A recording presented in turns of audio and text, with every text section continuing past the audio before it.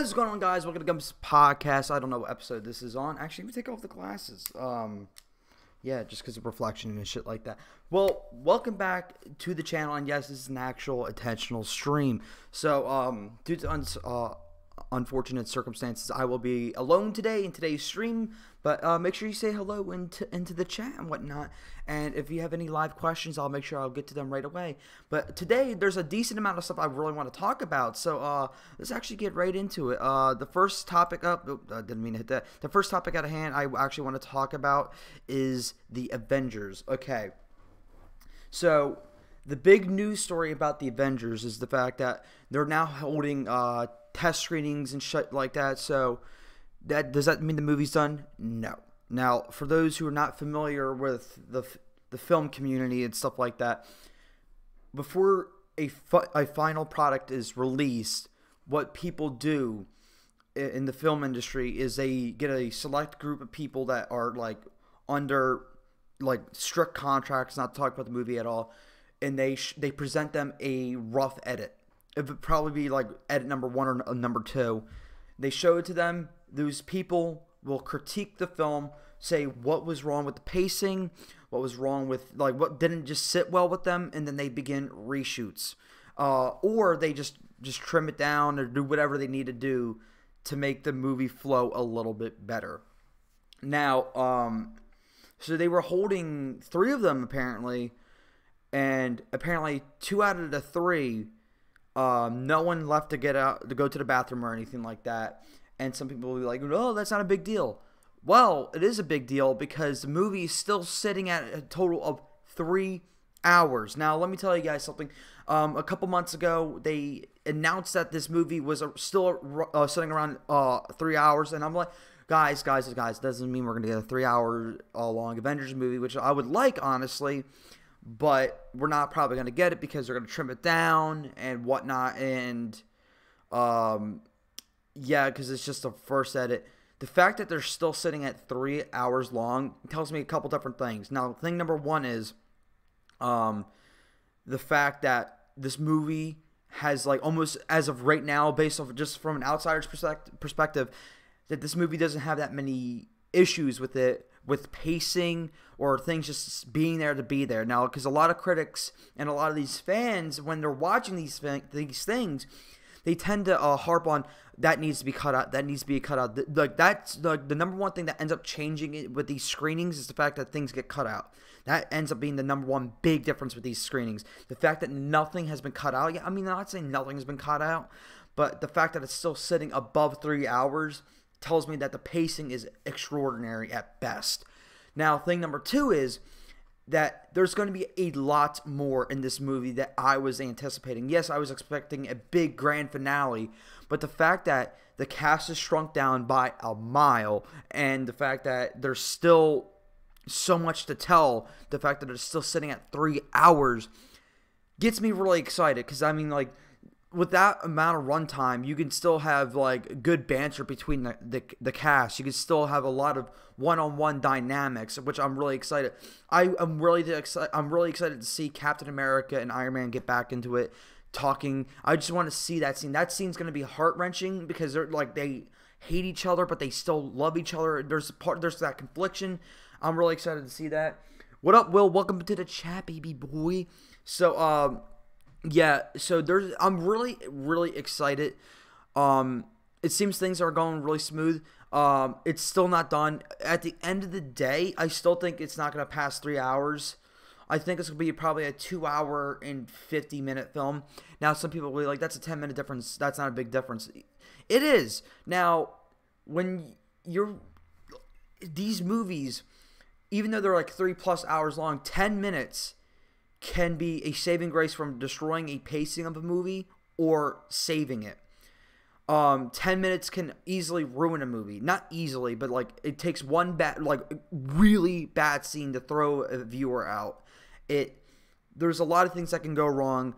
So 10 minutes is a big deal, and plus it can introduce major subplot points, and it can do a lot of things. But yeah, I'm excited to see what they bring to the table. So yeah, let's get to the next topic at hand. The next topic at hand we got the Oscars. Now, I was going to save this for last, but I feel like I really should talk about this. Now, I do have a tendency to talk about the Oscars. I'm trying to stay away from them, but this is actually news that is big. This is not them finding a new host or anything like that. In fact, it's quite the opposite. The first time in 3 decades, let that sink in your head really quick. In 3 decades, they have not found a host. Now, I can go off really quick. I could, but I'm going to try not to, because the Oscars were dumb. You could think different. I'm not going to harp on you for thinking different, because it's film. It's a situation. People approach situations differently and whatnot. So with the whole Kevin Hart situation, if you guys have been living under a rock, Kevin Hart, basically in a nutshell, was told to apologize for a joke he made 10 years ago that's deemed homophobic, even though on countless times he stated that, no, the joke was directed towards me, my insecurities as a father, not knowing what I would do if my son turned out to be gay. Not because he's gay, because I don't know how to raise him, how to teach him how to love, because I'm a straight man. So I don't know how to talk to him, how to reason with him, because I can't have that father-son talk as easily as I did with my father. And that was the joke, his insecurities. And I think that's pretty straightforward, especially because a lot of Kevin Hart's jokes are about his insecurities, about his height, and a lot of other things. But he apologized on multiple occasions, and the Oscars still hire him. And then it comes back up, and they tell him, you apologize or no Oscar hosting for you. He basically said, fuck you, I apologized already. And good for him. Good for him, because you shouldn't have to apologize after you apologize fucking 15 times and all that other shit. Like, the fact that I personally don't think one apology was enough. It's like an apology saying that, like, oh, no, guys, I'm sorry, that's how you took it, but no, this is how the joke was. I think one apology explaining the situation would have been enough. The fact that he did it again and again and again and again was fucked up. The fact that they're telling him to do it again, I'm proud of him. I'm proud of him. Now, the reason why the Oscars fucked up on that is because they basically just painted a massive red target on anybody who hosts the Oscars. Because it's a freaking witch hunt when it comes to actors these days. It's a massive witch hunt. If you said something 15, 20, 30, 40 years ago, you're gonna get fucked, dude. No matter what, you're screwed. It doesn't matter. But it doesn't matter if it was something small or something big. If it was something big, clearly you should not host the Oscars. But like something as small as telling a joke 10 years ago at one show ceases to amaze me. But yeah, so they're not going to host an Oscars, and the reason is because people are afraid. People are afraid that if they host the Oscars, people are going to witch hunt through their fucking history. Like, if they, like, just say I was someone famous really quick. I would be afraid to host the Oscars because I would be afraid that, like, oh my God, my history is there for the freaking world to see, especially if you get the right stalker chick or right stalker dude behind it. They're going to dig up something from my past that could remotely sound incriminating. It doesn't even have to be incriminating. It's just going to sound incriminating, and guess what? Your career is over before it even begins. So, yeah, that was my tangent about the Oscars, basically giving people the tools to go on a witch hunt for these people. Yeah, it's unfortunate, but yeah, I'm not even gonna watch the Oscars this year. I stopped watching last year, just because I think the Oscars have been turning into a joke. That's my opinion, but we'll change it before I say something that will piss somebody off. Okay, so let's talk about the next thing at hand. Okay, now Taika Waititi was approached and asked by fans and several other people, like, hey, are you going to do a Guardians of the Galaxy 3? Now, He didn't even try to hide it. He's like, no. Now, the reason why he said no is because he said that he's basically mimicking what the Doctor Strange director said. He's basically mimicking what everybody else has said on the cast and everything like that. What he is saying, that it's James Gunn's property. It's his property because he made them popular. He made a unique style to the franchise, and if they try to mimic it, it's just going to come off as a cheap knockoff. If they try to do something new, it's nothing like the original. It's not the same thumbprint, therefore it's not the same franchise. Disney, not even Disney, it was Bob Iger, I believe that's his name. Bob Iger really screwed the MCU up on this one. I don't know what they're going to do. Because this is going to be the first time that Disney's not going to, or Kevin Feige's not going to be able to get a guy that he wants. Because I'm pretty sure Taika Waititi was going to be one of them. Because Thor Ragnarok and Guardians of the Galaxy are very similar in tone and pacing and stuff like that, and writing. Not saying that James Gunn and Taika Waititi have similar styles of humor. They don't. One's more obscure than the other, and one's more like bare knuckle, like let's get as many laughs as possible.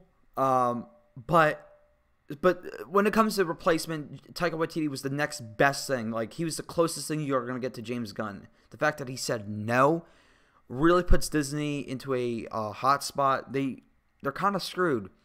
And because of that, there's a lot of distaste with that film now, because not only are they afraid that something they said 10, 15 years ago, kind of mimicking what happened in the last story, not only is it they're like, oh my God, did I say something 10, 15 years ago that's going to come back to haunt me even though they hired me? Or whatever.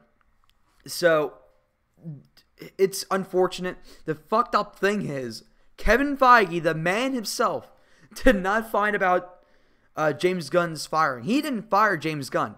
He found out on the news that Bob Iger he went on the press and said, we're firing the fucker. I'm like, whoa. I can't imagine being Kevin Feige, dude. Kevin Feige, he's a master at his craft when it comes to storytelling, keeping everything in the same universe. The dude probably went through a cardiac arrest hearing that. He's like, wait, what? I can't imagine being him. I can imagine setting up a universe, and then somebody who's not even touching the franchise comes out and then screws everything up for you. How annoyed you must be. How pissed. Now he just made everybody's life much, much worse. And Bob Iger even came out to say, dude, I regret doing that. No shit! Beside the point. Now nobody wants to do it because of the fear that something is going to come up from their past. The fact of the matter is that the cast of Guardians of the Galaxy signed a petition that they want James Gunn back. Now, that doesn't mean anything, because they're just actors. Actors are going to be actors. But that means whoever they hire could easily make the director's life a living hell, if it be good or bad. But guess what? If Disney does get a director, it's not going to be a household name. It's going to be some no name. And even though the cast is they're not douchebags, but they're still going to make the director's life a living hell, saying that, no, because that's not what James would do. That's not what James would do. And that's all the dude's going to have to hear. And then he's going to end up making a poor man's knockoff of Guardians of the Galaxy 1 and 2. So, Disney, you just got fucked, dude. You just, I can't wait to see what's going to happen. I honestly think that they're not going to make Guardians of the Galaxy 3. I don't think so. I'm going to put it as high as 20% that they don't make this movie. Because there's just too much trouble in it. I will see them making a spin-off of a Guardians of the Galaxy. Do a Nova Corps movie or whatever like that.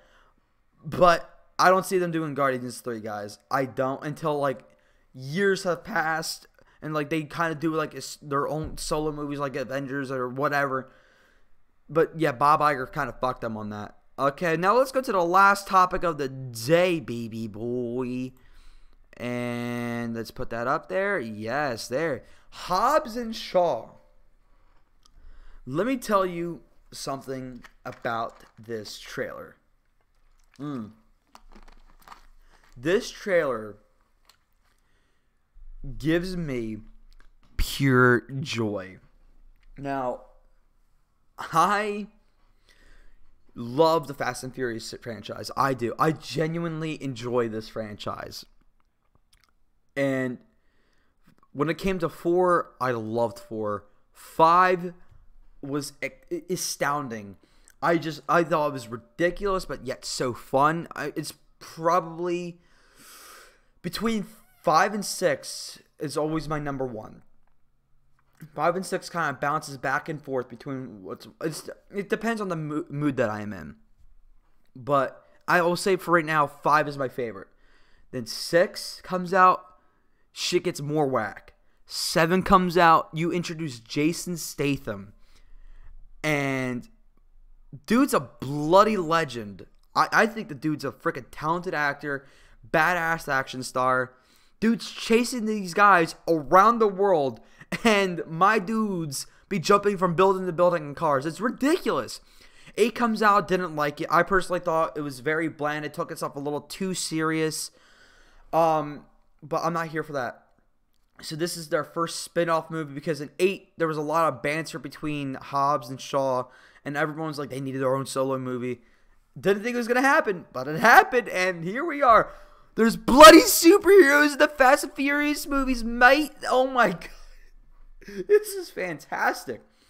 Going with Idris Elba, I like the casting, but it just seems like he's kind of disinterested. That's what it comes off as, unless that's the point of his character, to sound very bland, like he doesn't care, like he doesn't have a fear in the world. I don't know, but like right now it just seems like he's disinterested. But other than that, dude, this trailer was fucking hype. It was hilarious seeing the banter between Jason Statham and Dwayne Johnson. Like, this is a side to these guys I've never seen before. I mean, Jason Statham does banter, especially in the Expendables movies, but he never has, like, this strong of a one-on-one. The closest thing I will say he has is between him and Sylvester Stallone in the Expendables movies. But the fact that this movie is basically going to be focused on their banter, that tells you something alone. And I am excited. It's hilarious. The superheroes, bulletproof, superhuman strength, trucks spinning around. It's fucking chaos, dude. It's amazing. Like, when you think that the Fast and Furious movies can't go any more whack, they find a way. When 8 came out, there was a lot of memes coming out like, hey, Fast and Furious 8 goes to space, and Fast and Furious 9 is going to be, Fast and Furious 9 was going to be space, and Fast and Furious 10 is going to be superheroes. Not wrong, brother. It just happens to be a spin-off of all things. That's what's crazy to me, too. The fact they didn't do this with 9, they did this with a spin-off movie. They went full-fledged insanity. But I'm kind of excited for this because, like, when it comes to Hobbs and Shaw, Dwayne Johnson is already superhuman in his own way. Like, the way that he's kind of enacted in the Fast and Furious movies, where he punched a cinder block wall and broke it. And basically had a Hulk versus the Thing fight with Vin Diesel. And with Jason Statham being a freaking ninja dude. These guys are beyond superhuman. They're like the best of the best. What do you pin them against? A superhuman, dude. Dwayne Johnson got his ass knocked out, dude. That was dope. Oh my, I'm just really, really, really, really excited about this movie. Now, things are going to run short today, guys. I do apologize. I was going to go more in depth and stuff like that, but I feel like instead of milking it, I'm just going to keep it nice, short, and sweet. I don't think that there's anybody with any questions in the chat. I mean, there's only 2 people in the chat. If you do have a question, write it. I'll give you a couple seconds. But in the meantime, I'll just plug in my stuff and whatnot.